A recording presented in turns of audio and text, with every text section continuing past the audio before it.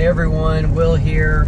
So it's a rainy day in Colorado, but I am headed south to Colorado Springs to give the check to the Exodus Road from the final debate. If you've ever been in the Rocky Mountain region, I'm sure you've been on this highway, which is Interstate 25, I-25. So heading south, and just wanted to film this again because flat earthers are never happy. They're never content. Everything's a conspiracy. Nothing's ever right. Only they're right. But anyway, I am impressed that we did have, I think, 15 or so flat earthers participate in the final debate. A lot of people were expecting none of them would show up, so I am happy with that. Obviously, I was hoping for more, but that's okay. There was an interesting consensus, and everyone I spoke to, and everyone that volunteered this information to me, so family, friends, there was a consensus as to who the top flat earther was that participated in the final debate, and that was Stephen Alonso. So Stephen, if you're watching, you should take that as a compliment. Everybody thought that you really handled yourself the best and made the best arguments among the flat earth arguments. So that was cool. I will say that Stephen Alonso is probably, in my opinion, the most honest flat earther left in the flat earth community. What proves that, in my mind, is the final debate. So when I announced that we would be doing a fundraiser for the Exodus Road in the final debate, and that it would be my money, he made a video, probably as a response to all of the flat earthers out there saying they weren't going to participate. He made a video stating you essentially have to participate. Just showing up is going to raise money to help fight human trafficking. And so that is a rational response. That's an absolute logical, normal response to something like what I did with the final debate. And so I want to give him some credit there too. I see him as someone who's willing to think things through, be honest. And I've even had him tell me and admit to me when I ask him that certain things would falsify flat earth. He'll admit to me that, which is big. He'll admit that to me. A lot of flat earthers won't do that anymore post TFE, since they already did that with the 24-hour sun, and that backfired on them. So anyway, credit to Stephen Alonso for seems to be having the best performance at the final debate. Now, I have come up with a new word to describe flat earthers. Now, this is my opinion, this is my own personal experience, but I think it's accurate. And the word I have to describe flat earthers at this point is insufferable. They're just insufferable. You can't show them anything. You can't get them to consider that they're wrong. You can't even give money to a charity without causing massive controversy. So let me tell you what they did with this whole thing. So I wanted to add this fundraiser for the Exodus Road as part of the final debate for a couple of reasons. One, to encourage flat earthers to attend. I had actually originally reached out to James, who runs the Modern Day Debate YouTube channel, and I asked him if we could do the final debate on his channel. He's got a way bigger audience than TFE. And he said, Will, if no one shows up, that would really be a bad look for Modern Day Debate. And so that's a good point. So I decided I'm going to do it on the TFE channel. I'm really glad I did. But if no flat earthers showed up, yes, that would make the flat earth community look really bad, but it would be very boring for people and probably wouldn't stand the test of time on YouTube. I think we had around 15,000 views of the debate in the first 24 hours. So that's pretty significant. And so I wanted to encourage flat earthers to participate, which seems to have worked. But I also wanted to give flat earthers an opportunity to get rid of this reputation that they have of only caring about flat earth. Like that's all they care about. That's all they want to talk about. Their whole life revolves around it. It's all they think about. When they have conversations with other people, they're looking to bring it up into the conversation. That doesn't work well for relationships. When you are obsessed about something, it's all you're ever willing to talk about. And honestly, like, I bet a lot of flat earthers don't have a lot of non-flat earthers as friends in their close circles, and that's not a good thing either. So I wanted to give them an opportunity to really show up, help us hit our goal, and be like, you know what? We are willing to take a step outside of our pet issue, our number one issue, and really actually help people. Because I would argue flat earth has helped no one. It's helped no one. It doesn't help people in their personal lives. It just doesn't. Being wrong about the shape of an object is essentially meaningless in life. And so that was one of the reasons I did it. Now, it's very interesting. I would say it's telling that none of the original 24 flat earthers that were invited to participate in TFE showed up to the final debate. Now, I would argue that those 24 are pretty much the 24 biggest flat earthers, have the largest following. I may not have nailed all of them, but I think I got most of them. And we even replaced Jaron and Robbie Davidson with Joe Hanvey and Karen B, and Joe Hanvey and Karen B wouldn't even participate. So it's really telling. I hate to say it. It's really telling that none of the original 24 showed up. And I think the reason why is they just knew they would not have an argument for what we did. I mean, Joe Hanvey, someone contacted me and they told me that all they did was ask Joe Hanvey on one of his posts if he was going to participate in the final debate, and his comment was deleted and he was blocked. So let that sink in. The censorship in the flat earth community is astounding. It's really, truly remarkable. And if flat earthers are projecting when they say, oh, we're being censored because we have the truth, that means when they censor, it's because they're trying to censor the truth that's coming from people like us, asking them questions and showing them things. But I have never seen censorship like I see in the flat earth community. Never. Sure, YouTube has done things with flat earth by putting up these like warnings on the flat earth videos, and I will even grant that maybe they shadow ban channels, okay? That is nothing compared to what the flat earth community does. That is literally nothing. You can go look at Flat Earth Dave, you can look at Eric Dubé, Mark Sargent. All of these guys have 6-figure subscribers on YouTube, okay? 6-figure subscribers. All of their stuff is available for anybody to watch and see. So even though YouTube has done things, they're still amassing these huge followings.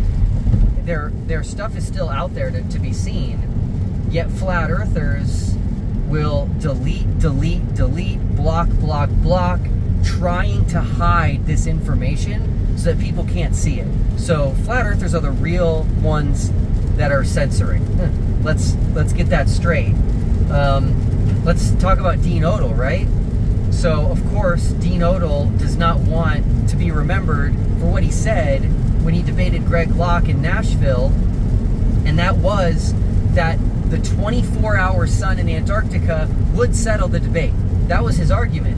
And I was there. I heard that with my own ears. I was already planning TFE, and that was exciting to me because I'm like, okay, what I'm doing is right. I'm getting confirmation from the flat earth side, from the flat earth representative that's debating Greg Locke, representing the flat earth community. Guess what? when he said that, the crowd cheered. So flat earthers were on board, and Robot Polisher even posted on X, let's go to Antarctica, let's settle the debate. Yet, once I announced we're doing it, because I'm a Glober, everything changes now. Now it's no longer a valid test. We don't need to go to Antarctica. And so, speaking about flat earthers being insufferable, let's look at what's happened with TFE, right? So flat earthers said, and this is a fact, they said you can't go to Antarctica. They said that so many times. I have a video on our channel of Dave Weiss, Flat Earth Dave, saying that like 3 to 4 to 5 times in a row on a video, on an interview he was doing. They said you can't go to Antarctica. So we went to Antarctica. Then they said, once the TFE was announced, they said, well, you can't go inland. You can only go to the Antarctic Peninsula because the peninsula is further north than 60 degrees south. And I said, no, we're going to almost 80 degrees south to Union Glacier. And then they said, well, you can't fly a plane to Antarctica. You're going to have to take a boat. And I said, no, we're taking a plane. We're literally going to fly to 80 degrees south and land on the ice. And they said, well, your plane won't have windows. And that proves that you're not going to Antarctica. Remember, I said flat earthers think ideas are evidence. They do. That's probably why they're flat earthers. Ideas are not evidence. We're all guilty of this to some extent, but they are really guilty of it. So because they have an idea that our plane might not have windows, then they conclude we're not going to Antarctica. It's insufferable. So then I tell them, no, our plane will have windows. Well, fine. There won't be a 24-hour sun. Okay, there is a 24-hour sun. We live stream at midnight. The sun's not only out, it's to the south of us. Both impossible. And they say, well, you just live streamed at midnight. That's not showing the sun for 24 hours. So then Dave McKeegan releases a time lapse of the 24-hour sun from Antarctica using Starlink, okay? So we film for an entire 24 hours. He then gets a time lapse and uploads it to YouTube while we're in Antarctica, and they say, well, that's not a video. Do you see why flat earthers are insufferable? Nothing's ever good enough. Nothing they say comes to pass. Nothing they ask for is ever good enough. So then I release a video on the TFE channel of the 24-hour sun, and it's the first ever non-time-lapse video of the 24-hour sun in Antarctica ever published online. That was not easy to do. And then they start picking that apart, and they say, well, the sun changes shape, so this is fake. So nothing's ever good enough. But fortunately, we prepared for the flat earthers because we understand their arguments and how they think. And so we filmed the 24-hour sun with 2 different cameras, understanding how lenses work, and especially how lenses work on 360-degree cameras, which is what causes the shape of the sun to change as it gets near the stitch line. So we use 2 cameras at a 90-degree angle to each other, so you can now compare the 2 and say and see, it changes shape at a different time in the video. People even argued, I think Sean Griffin even thought about this and entertained it, that the squishing sun was actually evidence of Joe Hanvey's model, that it's a reflection off of the dome, which of course doesn't exist and has never been demonstrated. But they just don't really dig in and understand what it was. It's just the lens. And so they're using this anomaly from a 360-degree camera to argue that Joe Hanvey's model is correct, which again is going to backfire because Joe Hanvey's model does squish the light, and that's not what happens in reality. So anyway, we are here finally at the end of TFE, and I really do think the final debate and raising this money for the Exodus Road is just a great way to end TFE. I'm going to tell everybody something that you may not believe me, but it definitely was either a wild coincidence or something else. But I never thought of this until after the fact. So I started looking for a charity to raise money for through the final debate. And I wanted it to be a charity in Colorado so I could do what I'm doing here, which is film myself delivering a check to them. It's funny because Flat Earthers started saying that I was not going to donate the money. They started complaining. And it's like, well, number one, it's my money. So I didn't ask you to donate. If I asked you to donate to a charity but told you to send it to me, okay, then that's a good argument or a good concern to have that I might steal the money and not donate it. But I've not asked for money in any of this from the very beginning. The channel's not monetized. We don't have super chats. And so anyway, they started complaining that I'm not going to donate the money. So it's just bizarre, their way of thinking.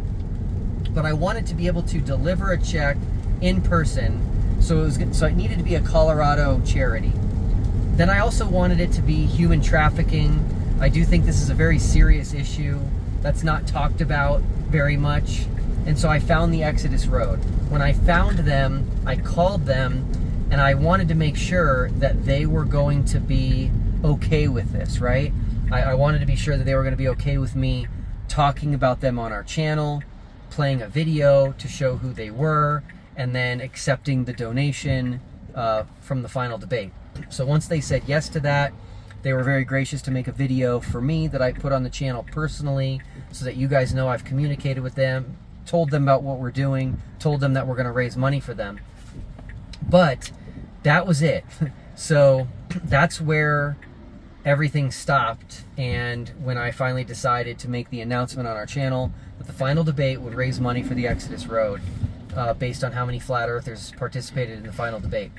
Something that did not hit me until after all of this was already done, set in stone, already announced on the channel, was the name of the charity, the Exodus Road. It's very symbolic, isn't it? It's just uncanny to me how these things happen. But the Exodus Road is not only this charity that fights human trafficking, but it's also the road that so many flat earthers have used to exit flat earth because of TFE. So super cool double meaning there. Was never intended by me, and I just love it. So many flat earthers have left flat earth because of TFE. I just saw another one yesterday, and so it's super exciting. So the Exodus Road, so happy to deliver this check to them right now.